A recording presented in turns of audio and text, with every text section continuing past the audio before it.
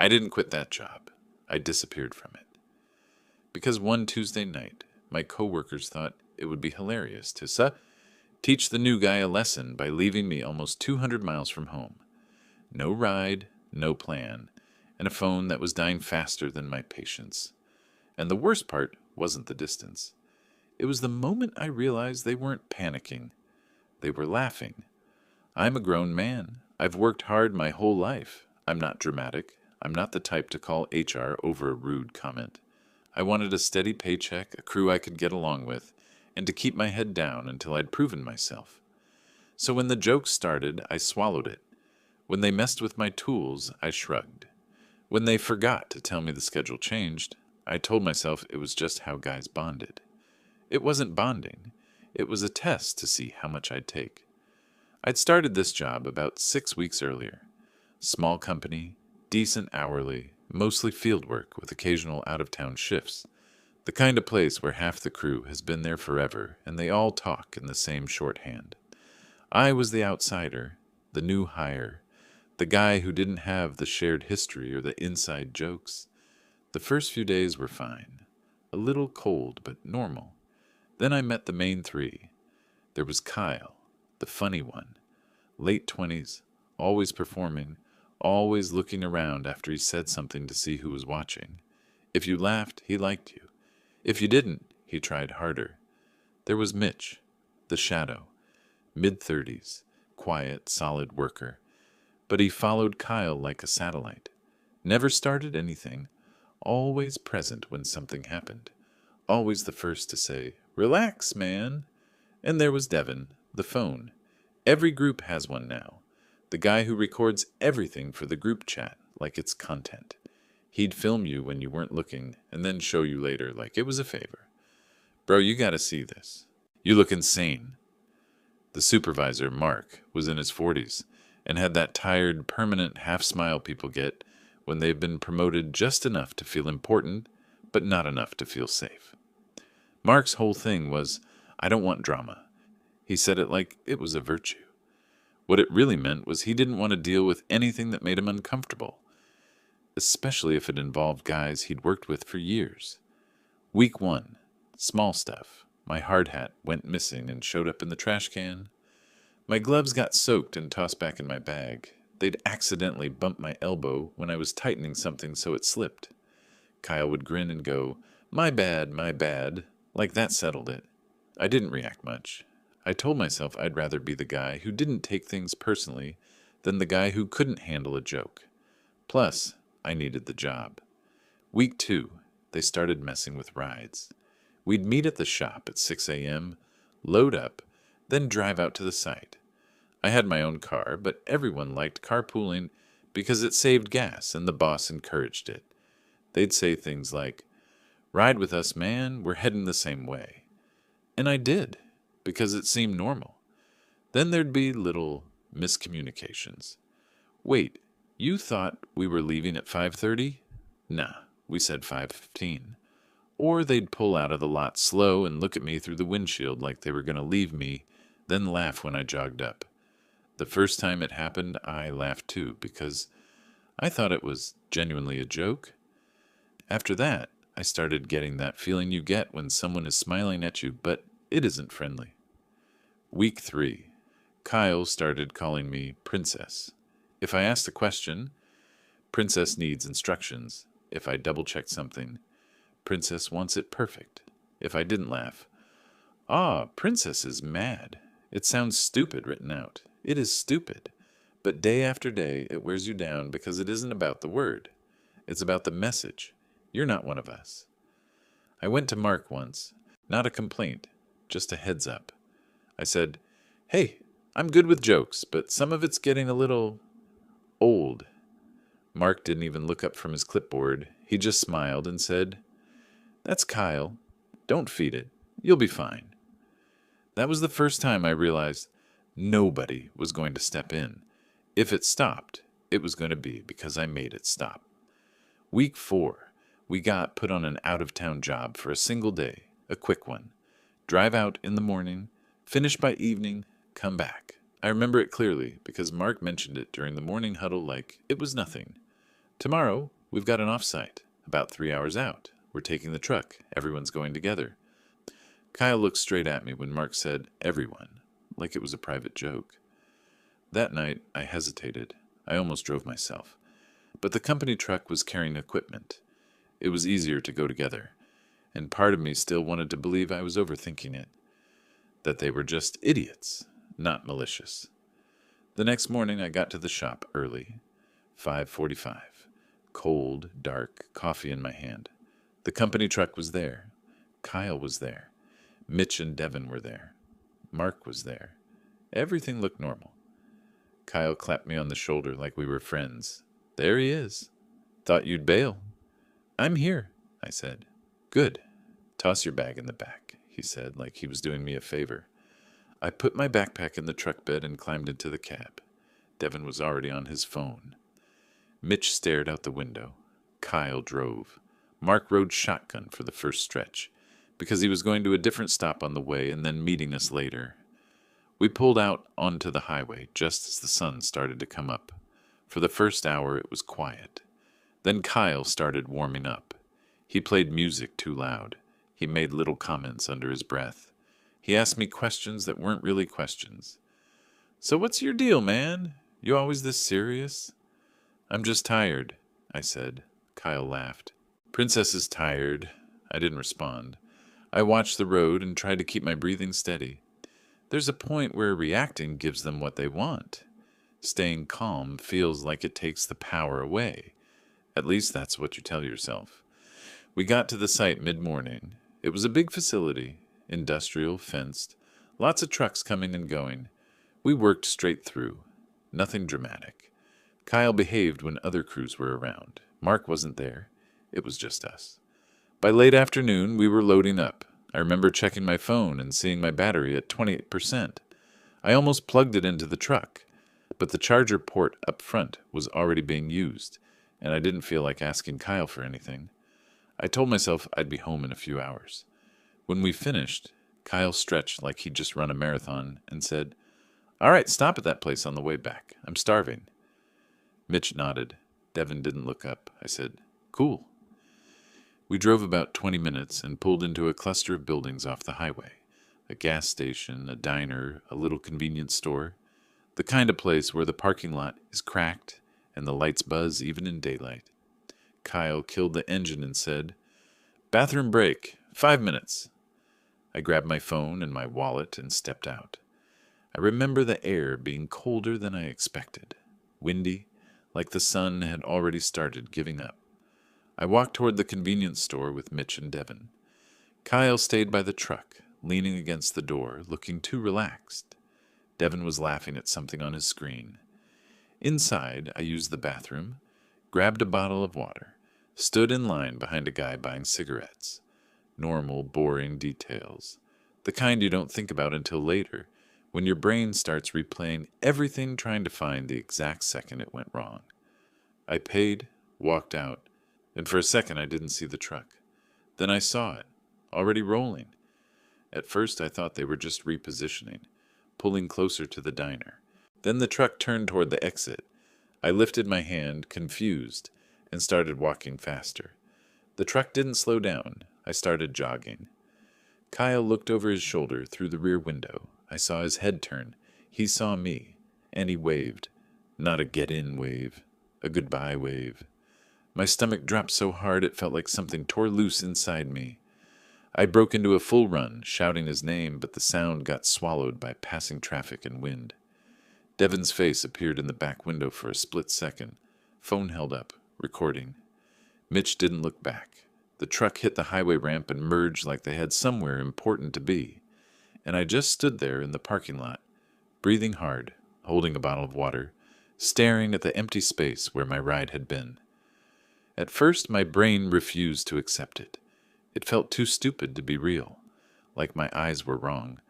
Then my phone buzzed, a new message in the group chat I'd been added to on day 1. "Kyle, walk it off, princess." My throat went dry. I typed, "Where are you?" No response. I typed again, "Come back. This isn't funny." That's when my phone showed 24%.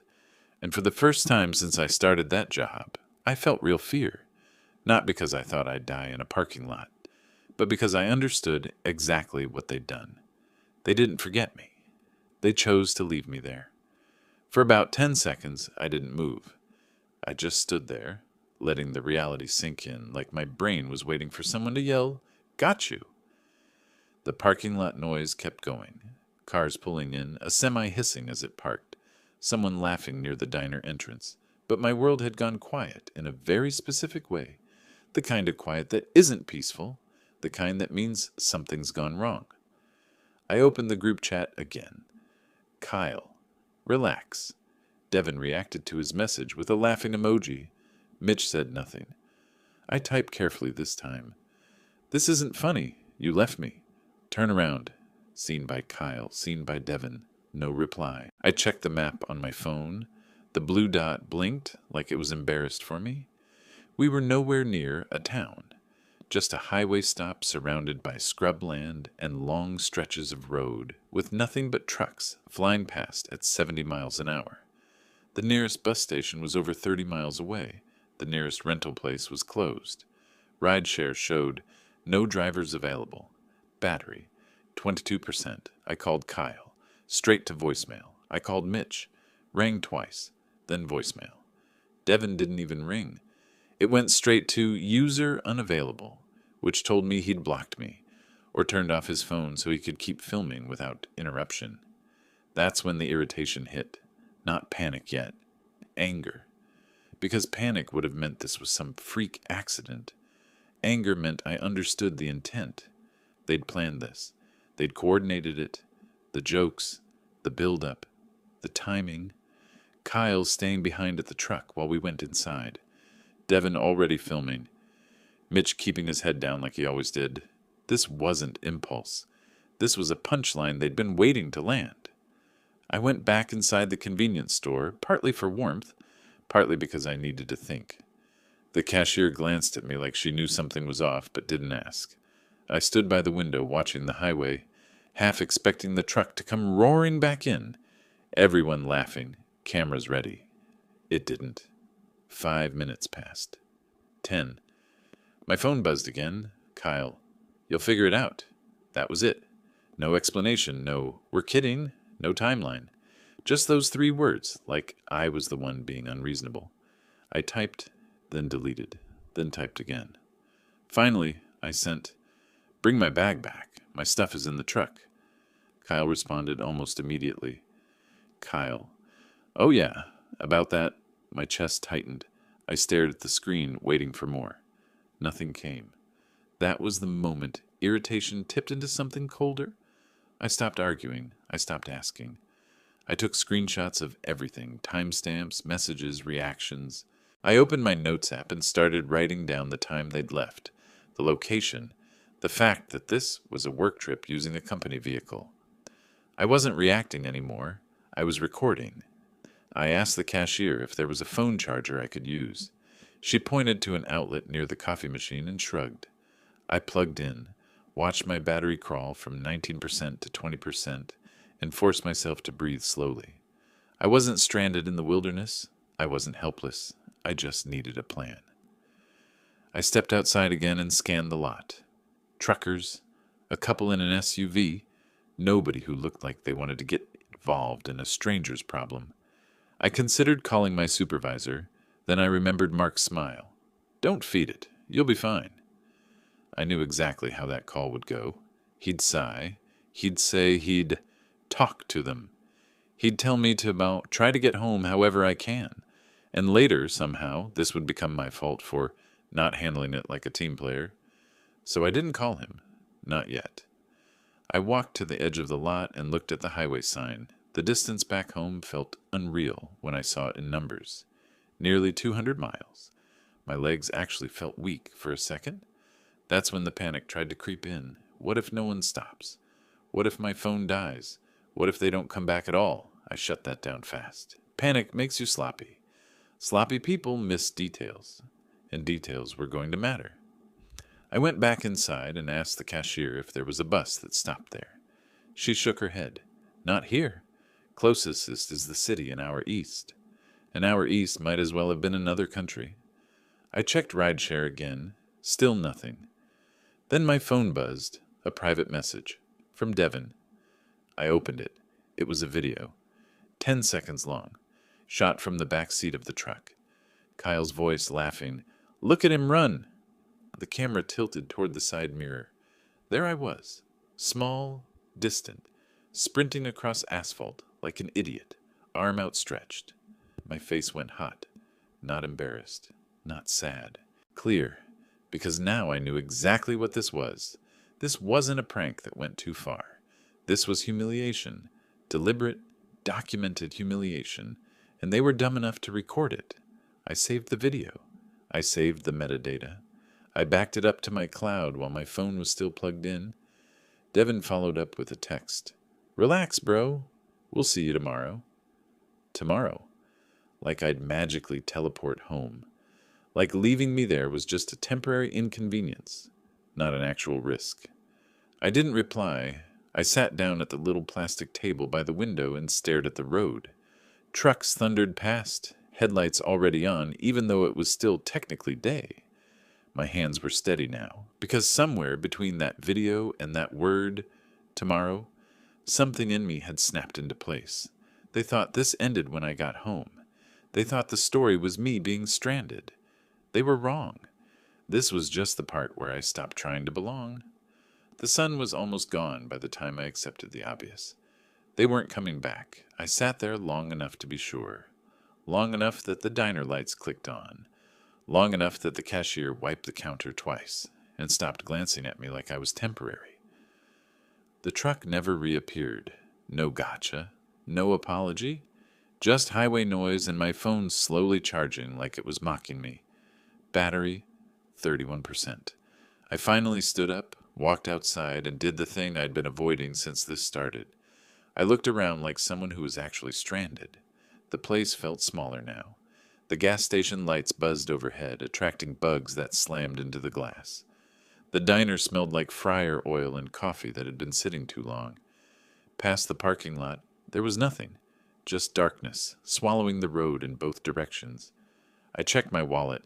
$68. No company card. No overnight bag.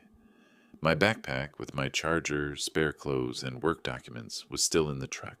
I tried one more rideshare request, expanding the radius, offering a bigger tip. The app spun, thought about it, then gave me the same answer it had all evening. No drivers available. That's when the weight finally hit me. Not like a wave, but like gravity increasing. Every option I ran through had a cost, and most of them ended with me sleeping somewhere I shouldn't, or begging someone I didn't trust. I walked back inside and asked the cashier if there was anywhere nearby that rented rooms. She hesitated, then said, "There's a motel about 10 miles down the highway, not walking distance." "Is there a cab?" I asked. She shook her head. "Not out here." I thanked her anyway and stepped back outside, my breath fogging in the cold. I leaned against the wall and closed my eyes for a second just to reset. My hands were still steady. That surprised me. I felt hollow, but not frantic. Then I heard a voice behind me. "You okay, man?" I turned and saw a guy in a reflective vest, leaning against a semi. Mid-50s, tired eyes, calm posture. He'd been watching me without staring, which told me he was used to noticing things without making a show of it. "Not really," I said. No point pretending. He nodded like that made sense. "You stuck?" "Yeah." Ride left without me. He didn't laugh, didn't question it, just said, "That happens more than people think." He introduced himself as Ray, long-haul driver, said he'd seen groups pull dumb stunts before, especially on younger guys. He didn't offer a ride, company rules, but he pointed me towards something useful. "There's a dispatch office on the other side of the diner. Freight company. They've got a phone line that actually works. You might be able to get a local service through them." That was more help than my own coworkers had given me all day. I thanked him and walked over. The office was still open, one tired woman behind the desk, juggling paperwork and a headset. I explained my situation as calmly and cleanly as I could. No drama, just facts. She listened, then made a few calls. The answer came back the same way every time. No local taxis, no after-hours rentals. Too far out. But she did offer one thing. There's a bus that passes through the city east of here around 3 a.m. If you can get there, it'll take you halfway home. From there, you might be able to connect. Halfway home was better than nowhere. The problem was still the same. Getting there. I stepped back outside, sat on the curb, and stared at my phone. 34%. Enough to make decisions. Not enough to waste. I opened my notes again and added more detail. Names, times, exact wording of messages. The fact that this happened on a work trip in a company vehicle with a supervisor who'd already dismissed prior issues. I wasn't writing emotionally. I was writing like someone who knew this document might matter. That's when another message came in. Kyle again. Kyle. You good yet? No apology, no concern. Just checking whether the joke had landed. I stared at the screen, then typed back something simple. Working on it. He reacted with a thumbs up. That reaction did something to me. It stripped away the last bit of doubt I had. Because if this had been a bad idea that went too far, there would have been hesitation, awkwardness, silence. Instead, there was confidence. They believed they were untouchable. I put the phone away and made a decision. I wasn't going to argue my way out of this. I wasn't going to beg. I was going to get home no matter how long it took, and then I was going to let their own choices speak for themselves. Around midnight, Ray walked past again, saw me still there. You figure something out? He asked. Kind of, I said. He nodded, then did something small that I'll never forget. He handed me a folded piece of paper with a number on it. Friend of mine runs a shuttle between here and the city at night. It's not cheap, but it's legit. Tell him Ray sent you. That was it? No speech? No conditions?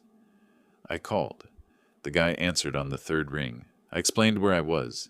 He paused, then quoted me a price that made my stomach clench, but it was possible. Barely. I can be there in 45, he said. When I hung up, my phone was at 29%. I sat back against the wall and let myself feel it for the first time. The exhaustion, the anger, the quiet humiliation of knowing I'd trusted the wrong people because I wanted things to be easy. I didn't cry. I didn't spiral. I just thought about how carefully they'd set this up and how carefully I was going to dismantle it. Because sitting there in that parking lot, waiting for a stranger to show up and take me halfway home, I realized something important. This wasn't the moment they broke me. This was the moment I stopped protecting them. By the time I got home, it was almost morning. The shuttle dropped me at the bus terminal just before dawn. From there, it was 2 buses, a long wait, and a final ride share that ate the last of my cash. When I finally unlocked my door, my clothes smelled like diesel and stale coffee. My head was buzzing, and my anger had cooled into something sharp and organized. I slept for 3 hours, then I got up and went to work. Not because I wanted to see them, because I needed one thing before this ended: confirmation. When I walked into the shop, the mood was different. Kyle was loud, but it felt forced. Devin had his phone out like always, but he wasn't filming. Mitch avoided my eyes completely.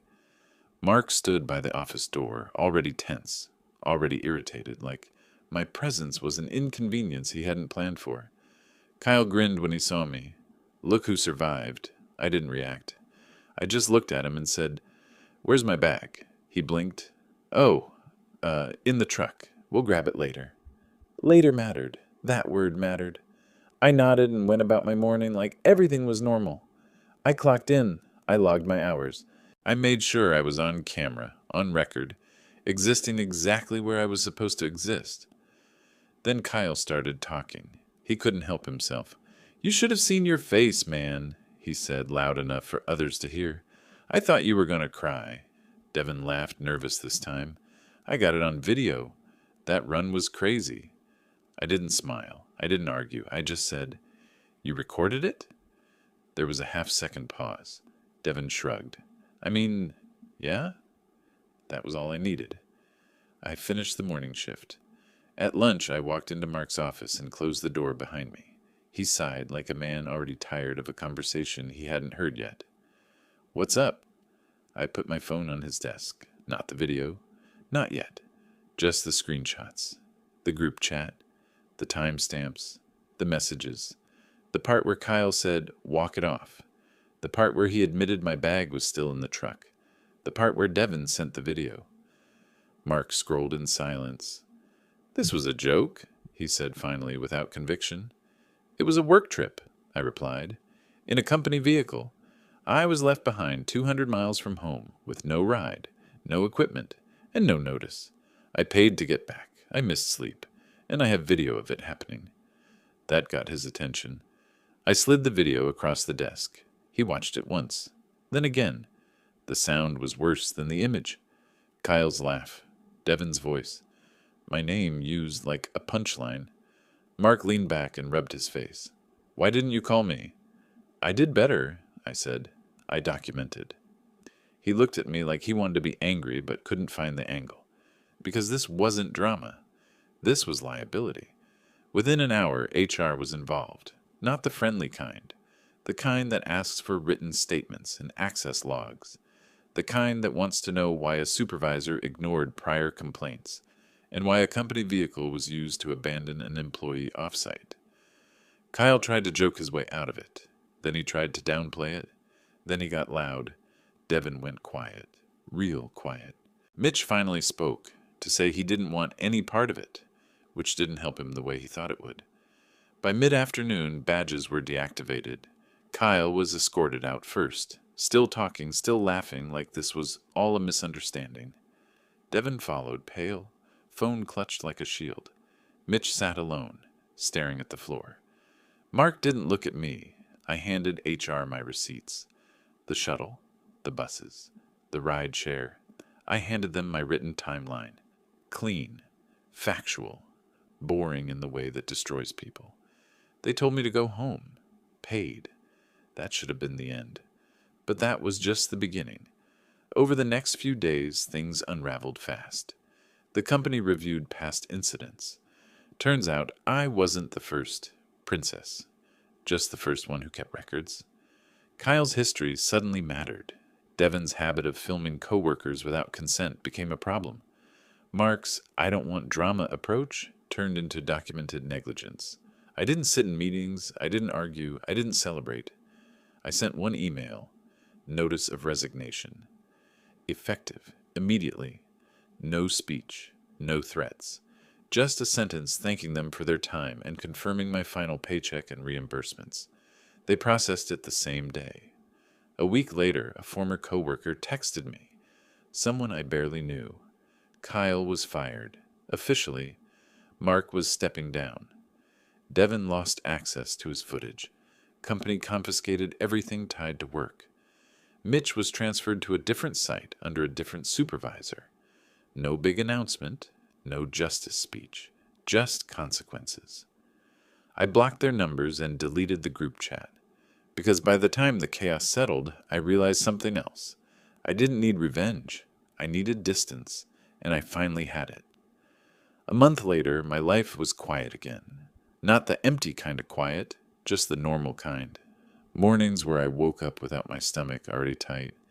Evenings where my phone stayed silent because no one was waiting to turn me into entertainment. I'd started a new job by then, different company, smaller crew. First day, the supervisor shook my hand, looked me in the eye and said, "If there's ever a problem, bring it to me. We don't mess with people here." I believed him, not because I was naive, but because I'd learned what it looks like when you don't. I didn't talk about the old job, not at work, not with friends. It wasn't something I needed to relive. What stayed with me wasn't the anger anymore. It was the clarity, the understanding that respect isn't loud. It doesn't announce itself. It just shows up consistently. Every once in a while, though, things surfaced. The first time was a reimbursement email. HR confirming in dry corporate language that my expenses had been approved and processed. No apology, no emotion, just acknowledgement. That was fine. I didn't need their regret. I needed closure.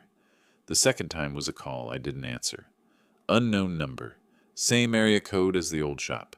They left a voicemail. It was Mark. He sounded older somehow, tired. He said he wanted to clear the air, said things had gotten out of hand, said he wished he'd handled things differently. I deleted it halfway through, because that conversation wasn't for me, it was for him. A week after that, I ran into Ray again, by coincidence.